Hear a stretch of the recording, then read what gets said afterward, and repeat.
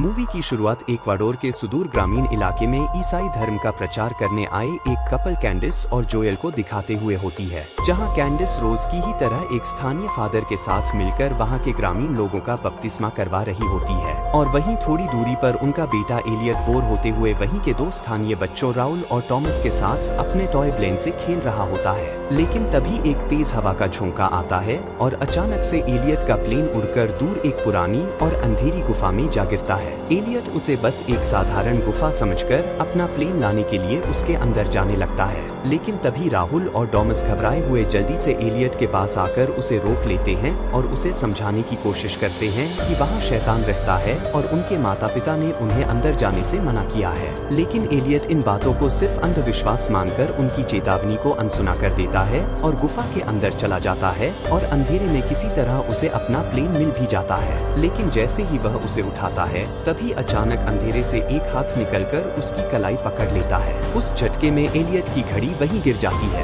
लेकिन एलियट पूरी ताकत से अपना हाथ छुड़ाकर किसी तरह वहां से बचकर भाग निकलता है और रात में चुपचाप अपने माता पिता के साथ गांव में लोगों को गर्म खाना बांटने और उनकी सेवा करने में लग जाता है, जैसे मानो कुछ हुआ ही ना हो। लेकिन बाद में जब वह एक कमरे में अकेला होता है तो अचानक उसकी नजर बाहर की तरफ जाती है और उसे लगता है कि जैसे कोई काला साया तेजी से वहां से गुजरा हो। डर के मारे उसका दिल तेजी से धड़कने लगता है, पर तभी उसकी माँ अंदर आती है और उसे याद दिलाती है कि कल चर्च में उसका पुष्टिकरण अनुष्ठान है, जो उसकी जिंदगी का एक बेहद खास और पवित्र दिन होने वाला है। वह एलियट को उसके इस खास दिन पर उसके दादा की घड़ी पहनने कहती है, जिसे वह हमेशा ही पहने रहता है। लेकिन आज वह घड़ी गुफा में खो चुका होता है, इसलिए वह हिचकिचाते हुए अपनी माँ से झूठ कह देता है कि घड़ी घर पर रह गई है और कल सुबह घड़ी जरूर पहनने का वादा करके वहाँ से निकल जाता है और मन ही मन अपनी घड़ी को वापस लाने का फैसला करके किसी तरह हिम्मत जुटाकर रात के अंधेरे में ही फिर से गुफा में पहुंच जाता है। लेकिन इस बार गुफा के अंदर का नजारा बिल्कुल अलग और खौफनाक होता है।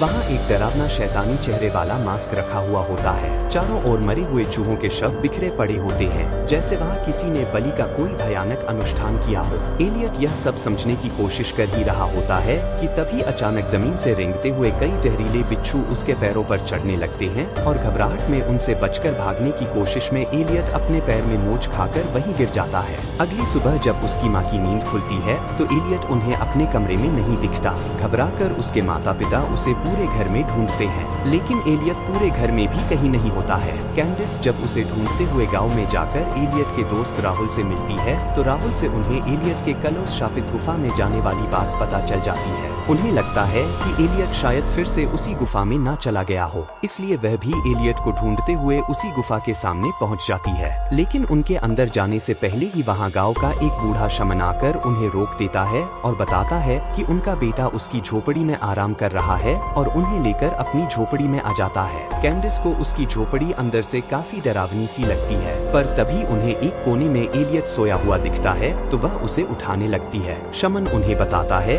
कि उसने एलियट को काढ़ा दिया है, लेकिन उसे होश में आने में थोड़ा समय लगेगा। पर कैंडिस को वह जगह सुरक्षित नहीं लग रही होती है, इसलिए वह कैसे भी एलियट को होश में लाती है और उसे सहारा देकर चर्च की ओर ले जाने लगती है। रास्ते में उनकी मुलाकात गांव की ही एक बूढ़ी औरत से होती है। वह एलियट को लड़खड़ाता हुआ देखकर उसे अपनी लकड़ी दे देती है, लेकिन जैसे ही उसकी नजर एलियट की आंखों में पड़ती है वह अचानक से डर कर चीखने लगती है, इसे यहाँ से दूर ले जाओ, इसकी आंखों में शैतान है। एलियट की माँ उसे समझाने की कोशिश करती है कि सब कुछ ठीक है, लेकिन वह बूढ़ी औरत बहुत ज्यादा डरी हुई होती है, इसलिए फिर वह एलियट को उससे दूर ले जाते हुए उसके साथ चर्च आ जाती है और फादर भी एलियट के शुद्ध करने की रस्म शुरू कर देते हैं। कैंडिस अपने बेटे के लिए खुश होती है कि आखिरकार अब उनका बेटा भी गॉड के रास्ते में आगे बढ़ रहा है। लेकिन अगले ही पल जब वह एलियट की गर्दन पर एक बिच्छू चलता हुआ देखती है तो उन्हें घबराहट सी होने लगती है और उन्हें एलियट का स्वभाव भी कुछ बदला सा लगने लगता है। बाद में उसी दिन पूरे गांव में सनसनी फैल जाती है जब वही बूढ़ी औरत जिसने एलियट की आंखों में कुछ देखा था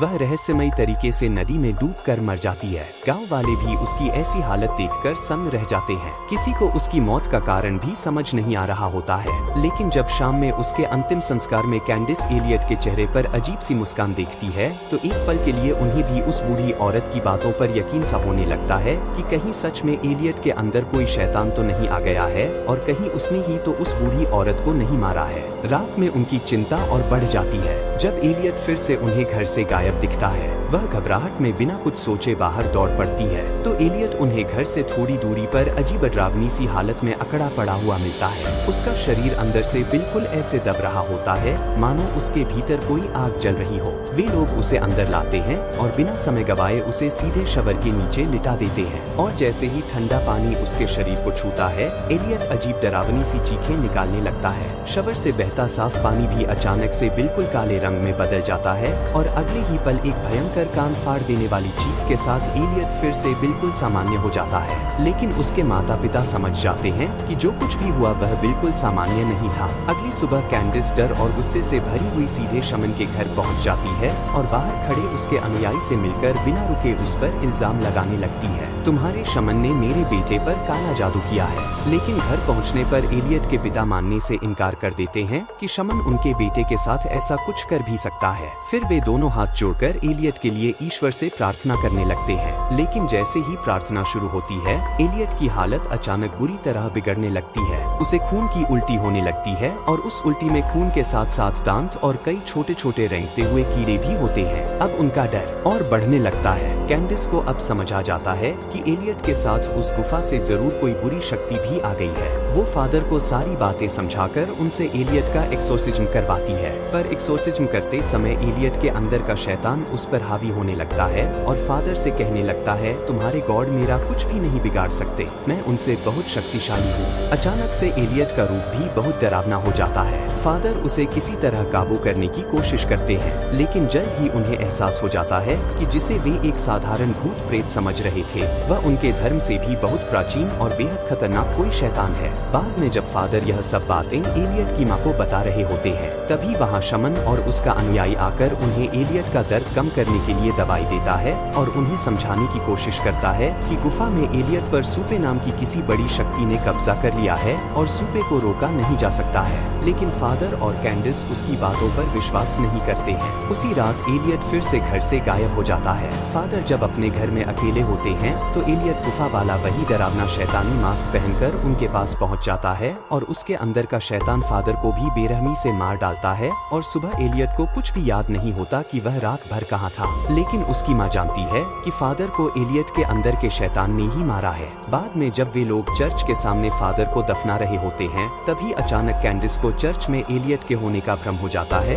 और जब वह उसके पीछे जाती है तो उसी भ्रम में उनसे एक जलती हुई कैंडल चर्च में गिर जाती है, जिससे कुछ देर बाद पूरे चर्च में आग लग जाती है। वे लोग तेजी से गांव वालों के साथ मिलकर आग बुझाने की कोशिश करते हैं, लेकिन उनकी आंखों के सामने ही उनका चर्च जलकर राख हो जाता है। रात में जब एलियट के पिता घर लौटते हैं तो एलियट के अंदर का शैतान उन पर हमला करके उन्हें बुरी तरह घायल कर देता है। इस सब से अब एलियट के माता पिता दोनों का ही अपने ईश्वर से विश्वास उठने लगता है। लेकिन कैंडिस किसी भी तरह एलियट को ठीक करने का ठान लेती है और हताश होकर आखिरकार वह एलियट को लेकर शमन के पास आ जाती है और उससे विनती करती है कि तुमने जो कुछ भी मेरे बेटे के साथ किया है उसे ठीक कर दो। लेकिन शमन उन्हें समझाता है कि यह सब उसका किया हुआ नहीं है, बल्कि यह उस गुफा में रहने वाले मृत्यु के देवता सूफे का किया हुआ है। उसने एलियट के शरीर पर कब्जा कर लिया है। तो कैंडिस भी अब अपने बेटे को बचाने के लिए उसकी बात मानकर उसका साथ देती है। उसके बाद शमन उन्हें गुफा में ले जाता है और एलियट को आग के सामने बैठाकर अनुष्ठान शुरू कर देता है। साथ ही कैंडिस को चेतावनी भी देता है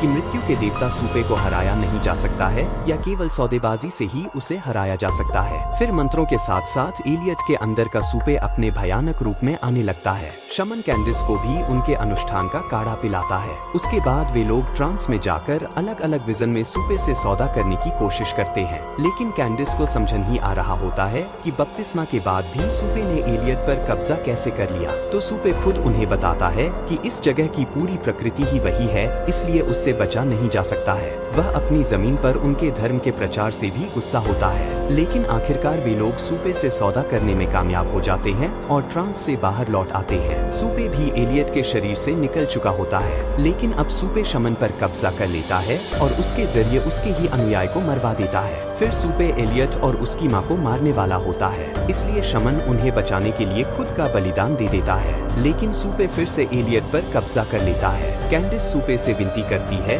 कि वह उसका शरीर ले ले और उसके बेटे को छोड़ दे, लेकिन सूपे शक्तिशाली होने के लिए कोई युवा शरीर ही चाहता है और कैंडिस को मारने वाला होता है। पर तभी कैंडिस सुपे से दूसरा शरीर लाकर देने का सौदा कर लेती है और अपने बेटे को बचाने की आखिरी कोशिश में वह बाहर खेल रही अपनी दोस्त की छोटी बेटी टॉमस को ही गुफा में ले जाकर सुपे को सौंप देती है और सुपे भी उस मासूम बच्ची पर कब्जा कर लेता है। उसके बाद कैंडिस अपने घायल पति और बेटे के साथ गाँव छोड़कर हमेशा के लिए दूर चली जाती है, लेकिन उसने अपना क्रॉस गाँव में ही छोड़ दिया होता है, जो यह दर्शाता है कि अब उसका अपने ईश्वर पर से पूरी तरह विश्वास उठ चुका है। इसी के साथ मूवी यहीं खत्म होती है। उम्मीद है आपको कहानी अच्छी लगी होगी। कहानी अच्छी लगी हो तो चैनल को सब्सक्राइब कीजिए। Thank you.